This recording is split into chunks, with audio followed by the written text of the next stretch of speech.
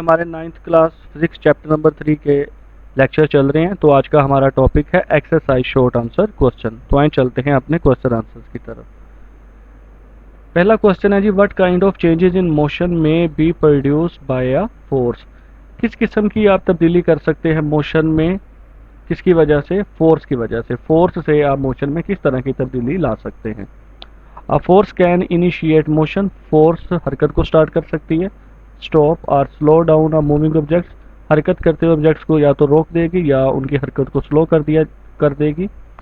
Change the direction of motion, या हरकत की सिमत को बदल देगी। या एक्सेलरेट एन ऑब्जेक्ट, या ऑब्जेक्ट में एक्सेलरेशन प्रोड्यूस कर दिया जाएगा। तो फोर्स ये मुख्तलिफ काम कर सकती है। नेक्स्ट है जी, give 5 example of contact forces. Contact forces की 5 मिसालें दे। फ्रिक्शन भी कॉन्टैक्ट फोर्स है। Drag force, tension, air resistance and normal force, ये सारी की सारी कॉन्टैक्ट फोर्सेस हैं। नेक्स्ट क्वेश्चन है जी हमारा, an object moves with constant velocity in free space.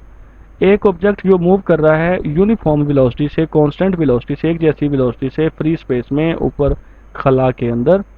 How long will the object continue to move with this velocity. इस velocity से वो कितनी देर तक, कितने अरसे तक वहां पर मूव करता रहेगा। इन फ्री स्पेस, स्पेस के अंदर, an object moving with constant velocity, एक जो जिस्म जो मूव कर रहा हो यूनिफॉर्म वेलोसिटी या कांस्टेंट वेलोसिटी से, will continue to move with that same constant velocity, वो उसी वेलोसिटी से मूव करता रहेगा अनलेस, जब तक के एक्टेड अपॉन बाय अ नेट एक्सटर्नल फोर्स, जब तक उस पर कोई नेट एक्सटर्नल फोर्स ना लगे, कोई बैरूनी फोर्स अमल ना करे। According to Newton first law of motion, Newton के फर्स्ट लॉ ऑफ मोशन के मुताबिक। यानी कि एक बॉडी खला में अगर आप उसको छोड़ दें तो वो जिस वेलोसिटी से मूव कर रहा है उसी वेलोसिटी से मूव करता रहेगा। कब तक? जब तक उस पर कोई बैरूनी फोर्स, नेट फोर्स अमल नहीं करती। Define impulse of a force, force के इम्पल्स की तारीफ करें। Impulse of a force is the product of force and the time duration act. Impulse, किसी भी फोर्स की जो इम्पल्स है, इम्पल्स चेंज इन मोमेंटम को भी कहते हैं। तो फोर्स का जो इम्पल्स है वो प्रोडक्ट होती है, मल्टीप्लिकेशन होती है फोर्स की और टाइम ड्यूरेशन की, जिसके दौरान फोर्स एक्ट करती है। तो ये देखिए, फोर्स और time duration, change in time, इन दोनों को मल्टीप्लाई करेंगे तो इम्पल्स ऑफ अ फोर्स आएगी, जो कि इक्वल होती है चेंज इन मोमेंटम के। अगर हम मोमेंटम को ओपन करें तो वो होता है m multiply by delta v, और अगर मजीद डेल्टा v को ओपन करें तो वो हो जाएगा vf minus vi, change in momentum. ठीक है जी, ये पूरा ये आपका चेंज इन मोमेंटम है, और ये जो vf माइनस vi है ये चेंज इन वेलोसिटी होगा। नेक्स्ट है जी, why has not Newton first law been proved on the earth. कि जो न्यूटन का पहला कानून है उसे ज़मीन पर साबित क्यों नहीं किया जा सका या क्यों नहीं किया गया। तो फर्स्ट लॉ को ज़मीन पर क्यों साबित नहीं किया गया? Newton first law assumes no external force. Newton first law ये फर्ज करते हैं हम उसमें कि कोई एक्सटर्नल फोर्स अमल नहीं कर रही। बट ऑन अर्थ, लेकिन ज़मीन के ऊपर फोर्सेस जैसा कि friction and air resistance R always present, हमेशा मौजूद होती हैं। यानी कि फर्स्ट लॉ में ये कहा जाता है कोई एक्सटर्नल फोर्स नहीं लग रही, लेकिन अर्थ के ऊपर आपको फ्रिक्शन जैसी फोर्सेस और उसके अलावा एयर रेजिस्टेंस जैसी फोर्सेस का हमेशा सामना रहता है। तो यानी कि नेट फोर्स जीरो नहीं होती। These forces prevent true inertial motion, ये जो फोर्सेस हैं ये रोकती हैं इब्तदाई मोशन को, यानी इब्तदाई मोशन जो ऑब्जेक्ट की पहली मोशन है उसके ये अगेंस्ट है, उसको रोकती हैं। And Newton first law can not be proved on earth, इस वजह से जो न्यूटन का पहला कानून है उसे ज़मीन पर साबित किया नहीं जा सकता। तो ये जो लॉ साबित बनाया गया है या साबित किया गया, ये आइडियल कंडीशंस में है कि जहाँ पर कोई भी फोर्स अमल ना कर रही हो। लेकिन अर्थ पे ऐसा नहीं होता, अर्थ पे कम अज़ कम फ्रिक्शन, एयर रेजिस्टेंस या ये लग रही होती हैं। When sitting in a car which suddenly accelerate, जब आप कार में बैठे हो और वो एकदम से एक्सेलरेट करे फ्रॉम रेस्ट, रेस्ट से, you are pushed back into the seat, आप सीट पर पीछे की तरफ झुकते हैं। क्यों? Why? When a car accelerate, जब कार चलती है, एक्सेलरेट करती है, inertia causes your body to remain at rest relative to the seat. Inertia ये चाह रही थी कि आप की जो बॉडी है वो उसी हालत में रहे, रेस्ट में, relative to the seat, seat के साथ ही रहे। अनर्शिया, क्योंकि हम पढ़ चुके हैं कि अनर्शिया चाह रही होती है कि आपका बॉडी जिस हालत में है उसी में रहना चाहिए, अगर रेस्ट में है तो रेस्ट में, मोशन में है तो मोशन में, ये एक प्रॉपर्टी है। तो अनर्शिया की वजह से आपका बॉडी चाह रहा होता है कि वो सीट के साथ उसी हालत में रहे, रेस्ट की हालत में। इसी वजह से that is why you are pushed back into the seat, इसी वजह से आप सीट में पीछे की तरफ झुकेंगे, क्योंकि आप आगे की तरफ मूव कर रहे हैं, कार चल पड़ी है, आप पीछे की तरफ थे, रेस्ट में थे, तो रेस्ट आपकी पीछे वाली हालत थी, तो वो पीछे की तरफ सीट में आप जाएंगे, क्योंकि आप पहले वाली हालत को बरकरार रखना चाहते हैं जो कि आपकी रेस्ट की हालत थी। नेक्स्ट है जी, the force expressed in Newton second law is a net force, जो फोर्स बयान की जाती है सेकंड लॉ में वो नेट फोर्स होती है। व्हाई इज इट सो, ऐसा क्यों है?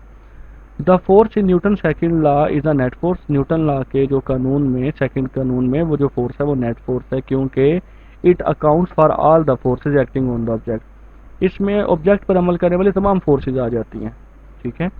प्रोड्यूसिंग द एक्चुअल एक्सेलरेशन, जो एक्सेलरेशन प्रोड्यूस कर रही होती है, यानी नेट फोर्स हम जानते हैं, net force is the resultant of all the forces.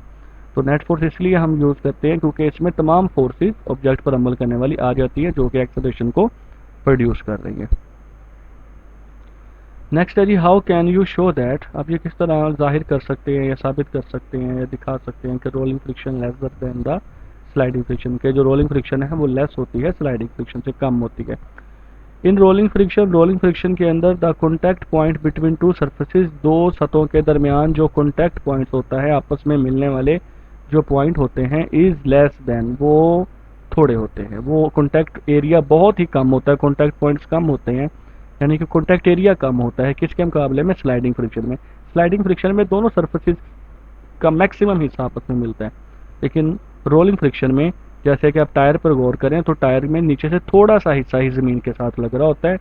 अगर आपका टायर फर्ज करें चौरस होता तो पूरी एक साइड ज़मीन के साथ टच करती, जो कि स्लाइडिंग फ्रिक्शन है, जो कि बहुत ज़्यादा है। रोलिंग फ्रिक्शन में जो आपका कॉन्टैक्ट एरिया है, कॉन्टैक्ट पॉइंट्स है ज़मीन के साथ या किसी भी सरफेस के साथ, वो बहुत ही थोड़े होते हैं। इसी वजह से rolling friction is less than the sliding friction, rolling friction sliding friction से कम होती है। किस वजह से कम होती है? लेस कॉन्टैक्ट पॉइंट्स या लेस कॉन्टैक्ट एरिया की वजह से। Define terminal velocity of an object, किसी भी ऑब्जेक्ट की टर्मिनल वेलोसिटी क्या है? व्हेन अपवर्ड एयर रेजिस्टेंस, जब ऊपर की तरफ लगने वाली air resistance balance the downward force of gravity, नीचे की तरफ लगने वाली ग्रेविटी पर ऑन अ फॉलिंग ऑब्जेक्ट, जो ऑब्जेक्ट गिर रहा होता है, it falls down with a constant velocity, जब ऑब्जेक्ट गिरता है कांस्टेंट वेलोसिटी के साथ तो उसे बोलते हैं टर्मिनल वेलोसिटी। यानी कि कोई फ्री फॉल बॉडी है, उस पर जैसे कि पैराशूट में ऊपर की तरफ क्या लगेगी जी? एयर रेजिस्टेंस लगेगी, और नीचे की तरफ उस बॉडी पर क्या लगेगी? ग्रेविटी लगेगी। जब एयर रेजिस्टेंस और ग्रेविटी दोनों क्या हो जाएं? सेम हो जाएं, उस बॉडी पर लगने वाली एयर रेजिस्टेंस और ग्रेविटी क्या हो जाए? फॉलिंग ऑब्जेक्ट पे बैलेंस हो जाएं, इक्वल हो जाएं, इट फॉल्स डाउन, फिर वो नीचे आता है किसके साथ? एक यूनिफॉर्म वेलोसिटी के साथ, एक कांस्टेंट वेलोसिटी के साथ। उस कांस्टेंट वेलोसिटी को बोलते हैं टर्मिनल वेलोसिटी। तो ये जब बॉडी को हवा के अंदर से गुजर रहा हो फ्री फॉल, तब टर्मिनल वेलोसिटी उस पर एक्ट करती है। लास्ट क्वेश्चन है जी, an astronaut walking in the space wants to return to his spaceship by firing hand rocket. एक एस्ट्रोनॉट है जी, एक खलाबाज है जो चल रहा है स्पेस के अंदर, स्पेस में चलने से मुराद उसमें वो मूव कर रहा है, ट्रैवल कर रहा है। Wants to return to his spaceship, वो अपने स्पेसशिप में वापस जाना चाहता है। बाय फायरिंग हैंड रॉकेट्स, उसके हाथ में लगे हुए छोटे छोटे रॉकेट्स होते हैं जिनको वो फायर करता है। In what direction does he fire the rocket, तो वो किस डायरेक्शन में उसको रॉकेट को फायर करना चाहिए या वो किस तरह फायर करे? सिंपल है जी, the astronauts fires the rocket in the direction opposite to the spaceship. Spaceship की जो ऑपोजिट डायरेक्शन है उसमें जब वो रॉकेट को फायर करेगा तो वो स्पेसशिप की तरफ मूव करेगा, क्योंकि हमने पढ़ा होगा न्यूटन थर्ड लॉ में every action has a reaction. Spaceship की तरफ मूव करके नहीं रॉकेट को फायर करना, बल्कि स्पेसशिप की तरफ अपनी बैक करके, अपने स्पेसशिप से दूर मूव करके, यानी ऑपोजिट साइड पे मूव करके, फेस करके आपने फायर करना है, ताकि रॉकेट आपका स्पेसशिप से दूर जाए, ठीक है, और आपको वो स्पेसशिप की तरफ बैक करे। आपको वहां पर रॉकेट का फायर करना एक्शन होगा और आपका पीछे की तरफ पुश होना रिएक्शन होगा। आप रॉकेट फायर करते जाएंगे अपने हाथों से और उसकी ऑपोजिट रिएक्शन आपके बॉडी पे लगेगा, जिसकी वजह से आप स्पेसशिप की तरफ मूव करेंगे। तो एस्ट्रोनॉट्स को जो फायर करने चाहिए रॉकेट्स, वो किस तरफ करने चाहिए? स्पेसशिप की ऑपोजिट डायरेक्शन में। तो ये थे जी हमारे एक्सरसाइज के शॉर्ट क्वेश्चन। अल्लाह।